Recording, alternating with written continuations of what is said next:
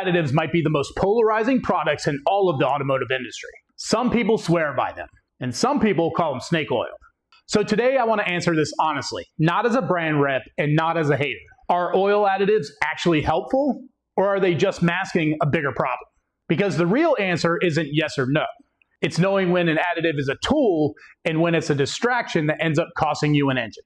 Here's the first thing you need to understand. Modern oil isn't just oil.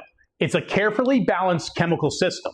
When you buy a quality synthetic, you're paying for detergents, dispersants, friction modifiers, and anti-wear agents, all engineered to work together.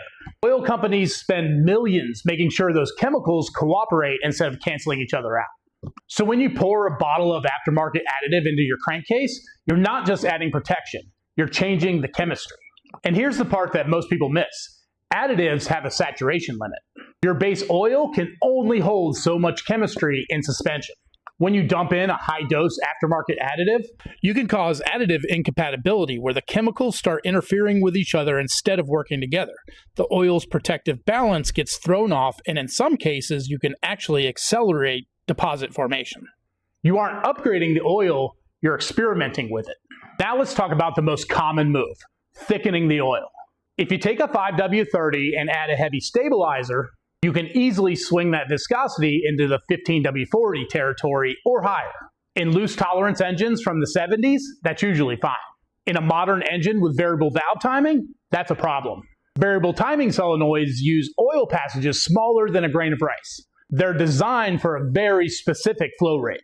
So when you thicken the oil to quiet a noise, you can slow oil delivery to the cam phasers. Timing response lags by milliseconds.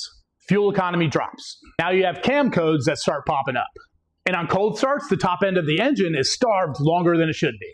You didn't stabilize anything. You just slowed down the engine's lifeblood. And then there's friction reducers. The ones with the dramatic metal-on-metal demo tests. Some older formulations and extreme pressure additives rely on chlorinated paraffins. They reduce friction extremely well in the short term. But under high heat, like around piston rings or turbo bearings, they can break down into hydrochloric acid. That acid attacks yellow metals, brass and copper bushings, bearing layers, and soft alloys. So while you're celebrating a quieter engine, the additive may be slowly etching the surface that actually keeps it alive. If an additive fixes a mechanical knock instantly, you didn't fix the engine. You muted the symptom while the wear continues. So why do additives even exist? Because they're tools when used correctly. And they usually fall into three categories. You have the targeted cleaners for the known ring pack deposits. You have stop leaks, like on a rear main seal when the repair costs more than the car is worth. And then you have additives for specialty engines, like older flat tappet engines that required higher zinc levels. Do you notice the pattern? Temporary, targeted, intentional. It's medicine for a specific problem, not a vitamin you take forever. If your oil needs an assistant to do its job, you didn't buy enough oil. A top-tier synthetic already contains the chemistry your engine needs. If you're reaching for a $15 booster every oil change, you're better off putting that money towards a better base oil that doesn't need help. Additives don't fix your problem, they just borrow time.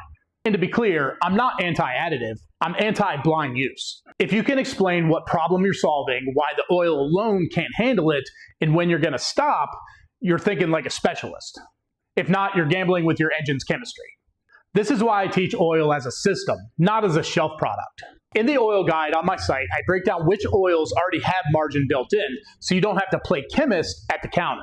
And if you don't need the guide, remember this: additives don't fix the engine. Understanding oil prevents problems. If you found this helpful, hit the subscribe button. I'm Chris from Beachside Auto Parts. Thanks for watching.